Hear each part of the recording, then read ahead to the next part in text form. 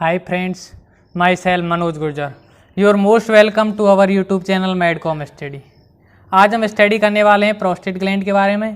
Prostate gland के previous lecture में हमने स्टडी की थी capsule and ligament of prostate and structure with in the prostate and structural zone of prostate. Prostate gland के fourth lecture में आज हम स्टडी करेंगे ब्लड सप्लाई के बारे में, लिम्फेटिक ड्रेनेज के बारे में, नर्व सप्लाई के बारे में और क्लिनिकल के बारे में। सबसे पहले हम स्टडी करते हैं ब्लड सप्लाई के बारे में। ब्लड सप्लाई की यदि हम बात करें प्रोस्टेट की, प्रोस्टेट ग्लैंड को ब्लड सप्लाई करती हैं branches from inferior vesicle, middle rectal and internal pudendal artery. ठीक है, प्रोस्टेट ग्लैंड को जो सप्लाई करती हैं, ब्लड सप्लाई करती हैं, कौन कौन सी ब्रांच है? Branch from inferior vesicle artery की ब्रांच, मिडिल रेक्टल आर्टरी की ब्रांच और इंटरनल पोडेंडल आर्टरी की ब्रांच क्या करती हैं? सप्लाई करती हैं। तीन आर्टरी हैं, इंफीरियर वेसिकल, मिडिल रेक्टल और इंटरनल पोडेंडल आर्टरी। इसकी जो ब्रांच होती हैं वो क्या करती हैं? प्रोस्टेट ग्लैंड को सप्लाई करती हैं। जो इनकी ब्रांच होती हैं inferior vesicle artery, middle rectal artery और इंटरनल पोडेंडल आर्टरी, वो क्या है, क्या बनाती हैं? एक तो बनाती हैं सब कैप्सुलर प्लेक्सेस, एक तो बनाएंगी सब कैप्सुलर प्लेक्सेस जो क्या होता है आउटर साइड में होगा, लार्ज होगा, और एक बनाती हैं पेरी यूरेथ्रल प्लेक्सेस। वो क्या बनाती हैं? दो प्लेक्सेस बनाती हैं। जो ब्रांचेज हैं वो क्या बना रही हैं? दो प्लेक्सेस, सब कैप्सुलर प्लेक्सेस और peri urethral plexuses. Peri urethral plexuses small होता है और इनर होता है, ठीक है, जबकि सब कैप्सुलर प्लेक्सेस क्या होगा? लार्ज एंड आउटर होता है। सब कैप्सुलर प्लेक्सेस जो होता है सप्लाई करता है ग्रेटर पार्ट ऑफ प्रोस्टेट।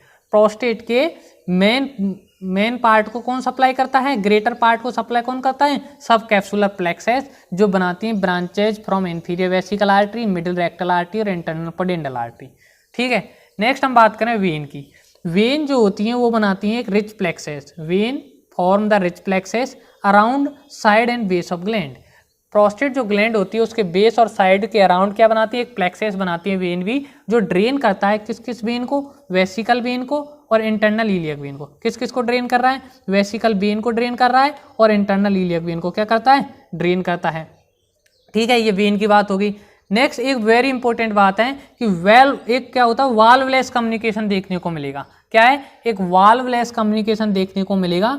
किस किस के बीच? वाल्वलेस कम्युनिकेशन एग्जिस्ट करता है between the prostatic venous plexuses और वर्टिब्रल वीनस प्लेक्सेस। दो प्लेक्सेस हैं, एक तो है प्रोस्टेटिक वीनस प्लेक्सेस, एक वर्टिब्रल वीनस प्लेक्सेस। इन दोनों के बीच में एग्जिस्ट करता है वाल्वलेस कम्युनिकेशन, जिसमें क्या वाल्व नहीं होते। प्रोस्टेटिक वीनस प्लेक्सेस और वर्टिब्रल वीनस प्लेक्सेस एक दूसरे से कम्युनिकेट होते हैं विदाउट वाल्व। इसे हमने बोला क्या? वाल्वलेस कम्युनिकेशन। अब इसका क्या इंपॉर्टेंस क्या है? यदि प्रोस्टेटिक जो कार्सिनोमा होता है, प्रोस्टेटिक कार्सिनोमा जो होगा वो क्या है? स्प्रेड कर जाएगा to the vertebral column and skull तक। देखो, प्रोस्टेटिक कार्सिनोमा कहाँ होगा? प्रोस्टेटिक वीनस प्लेक्सेस में होगा, और प्रोस्टेटिक वीनस प्लेक्सेस और वर्टिब्रल वीनस प्लेक्सेस क्या है? एक दूसरे से कम्युनिकेट करते हैं। इन दोनों के बीच क्या है? वाल्वलेस कम्युनिकेशन है। जब यहाँ पे प्रोस्टेटिक कार्सिनोमा हो रहा है तो क्या स्प्रेड कर जाएगा कहाँ तक? वर्टिब्रल वीनस प्लेक्सेस तक, और वर्टिब्रल वीनस प्लेक्सेस में कहाँ? वर्टिब्रल कॉलम और स्कल तक। ठीक है, तो ये इंपॉर्टेंट फीचर है इसका,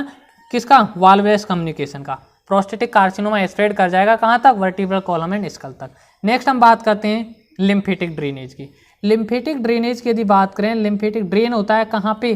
चीफली या मेनली ड्रेन होता है इंटरनल इलियक नोड में और सैक्रल नोड में। देखो, इंटरनल इलियक नोड और सैक्रल नोड में क्या होता है? ड्रेन होता है मेनली।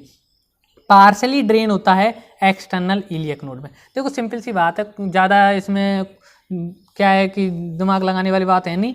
क्या है? देख, दो नाम याद रखने, तो इंटरनल इलियक नोड, एक सैक्रल नोड। ठीक है, यहाँ होता है मेनली ड्रेन। लिम्फ जो ड्रेन होगी कहाँ पे होगी? इंटरनल इलियक और सैक्रल नोड में। पार्शली ड्रेन होती है एक्सटर्नल इलियक नोड में। ठीक है, तो ब्लड सप्लाई हो गई, लिम्फेटिक ड्रेनेज हो गया। नेक्स्ट हम बात करते हैं नर्व सप्लाई की। नर्व सप्लाई की यदि बात करें तो एक प्रोस्टेटिक प्लेक्सेस होता है नर्व का। नर्व का क्या होता है? प्रोस्टेटिक प्लेक्सेस होता है जो डेराइव होता है from the lower part of inferior hypogastric plexuses. Nerve जो प्रोस्टेटिक प्लेक्सेस है नर्व का, वो किससे डेराइव है? वो डेराइव होता है from the lower part of inferior hypogastric plexuses. Inferior hypogastric plexuses के लोअर पार्ट से डेराइव होता है प्रोस्टेटिक प्लेक्सेस ऑफ नर्व। ये क्या है? इसमें कंटेन्स थिक नर्व, इसमें थिक नर्व होती हैं और क्या होती हैं? लार्ज गैंग्लिया होते हैं, न्यूमरस, बहुत सारे।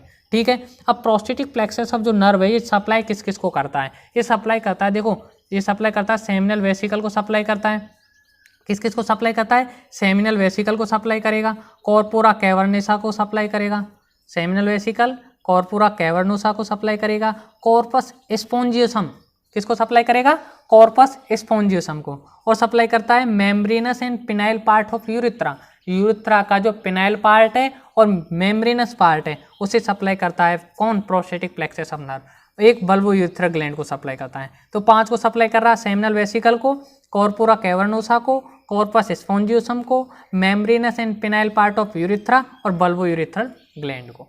ठीक है, नेक्स्ट हम बात करें प्रोस्टेट जो ग्लैंड होती है, prostate gland, prostate gland supply इसे सप्लाई करती हैं सिंपैथेटिक नर्व और पैरासिम्पैथेटिक नर्व, दोनों सप्लाई करती हैं, सिंपैथेटिक पैरासिम्पैथेटिक नर्व दोनों सप्लाई करती हैं प्रोस्टेट को। ठीक है, जब ये दोनों नर्व सिंपैथेटिक और पैरासिम्पैथेटिक नर्व स्टिमुलेट होती हैं तभी क्या है, सिक्रेशन जो होते हैं प्रोस्टेट ग्लैंड से वो प्रोड्यूस होते हैं और डिस्चार्ज होते हैं। सिंपैथेटिक और पैरासिम्पैथेटिक नर्व स्टिमुलेट होंगी तभी जो प्रोस्टेट ग्लैंड के सिक्रेशन है वो क्या है, प्रोड्यूस होंगे और क्या होते हैं, डिस्चार्ज होते हैं। तो हमने बात की ब्लड सप्लाई, नर्व सप्लाई और लिम्फेटिक ड्रेनेज की। ठीक है, अब हम देखते हैं इसका थोड़ा क्लिनिकल पोर्शन देखें तो एक होता है senile enlargement of prostate, prostate का क्या होता है, सिनाइल इनलार्जमेंट हो जाएगा ड्यू टू बिनाइन हाइपरट्रॉफी, ये होता है बिनाइन हाइपरट्रॉफी के कारण, या हम बोल सकते हैं एडिनोमा फॉर्मेशन के कारण, ड्यू टू बिनाइन हाइपरट्रॉफी या due to formation of adenoma, adenoma formation के कारण हो सकता है प्रोस्टेट का इनलार्जमेंट, या हम बोल सकते हैं हाइपरट्रॉफी, बिनाइन हाइपरट्रॉफी के कारण हो सकता है। और ये देखा जाता है मेनली 50 ईयर ऑफ एज, जब 50 साल एज हो जाती है ना उसके बाद देखा जाता है प्रोस्टेट का इनलार्जमेंट।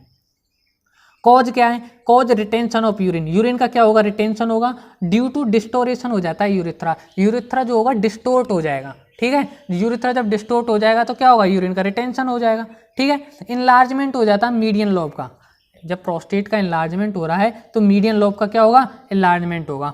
ठीक है, जो क्या कर देगा, पैसेज जो है ऑब्स्ट्रक्ट कर देगा पैसेज को। ठीक है, पैसेज को क्या कर देगा, ऑब्स्ट्रक्शन कर देगा कौन, मीडियन लोब का इनलार्जमेंट। अब इसकी डायग्नोसिस कैसे करेंगे, सिनाइल इनलार्जमेंट ऑफ प्रोस्टेट की डायग्नोसिस की जाती है डिजिटल एग्जामिनेशन रेक्टम के द्वारा, रेक्टम का डिजिटल एग्जामिनेशन करेंगे तो इसकी डायग्नोसिस की जा सकती है। नेक्स्ट हम बात करते हैं प्रोस्टेटाइटिस, प्रोस्टेटाइटिस आ गया, आइटिस का मतलब होता है इन्फ्लामेशन और प्रोस्टेट है तो प्रोस्टेट की इन्फ्लामेशन। अब प्रोस्टेटाइटिस भी 2 टाइप का होता है, एक एक्यूट इन्फ्लामेशन होगी, एक क्रॉनिक होगी। ठीक है, एक्यूट जो होता है ये होता है secondary to gonococcal urethritis, gonococcal urethritis secondary है, मतलब गोनोकोकल यूरिथ्राइटिस से क्या है, ये इन्वॉल्व है। गोनोकोकल यूरिथ्राइटिस में हम क्या देख सकते हैं, प्रोस्टेटाइटिस देख सकते हैं। क्रोनिक कंडीशन देखें, क्रोनिक कंडीशन जब प्रोस्टेट में इन्फ्लामेशन होगी तो secondary to tuberculous infection, tuberculous जब इन्फेक्शन होगा तो क्या है, क्रोनिक प्रोस्टेटाइटिस देखने को मिलेगी। अब ट्यूबरकुलस इन्फेक्शन किसका, एपिडिडाइमिस का हो सकता है, सेमिनल वेसिकल का हो सकता है, ब्लेडर का हो सकता है। ठीक है, किस किस का हो सकता है, एपिडिडाइमिस, सेमिनल वेसिकल और ब्लेडर का क्या हो सकता है, ट्यूबरकुलस इन्फेक्शन, जिसमें हम क्या देखेंगे, क्रोनिक प्रोस्टेटाइटिस देखेंगे।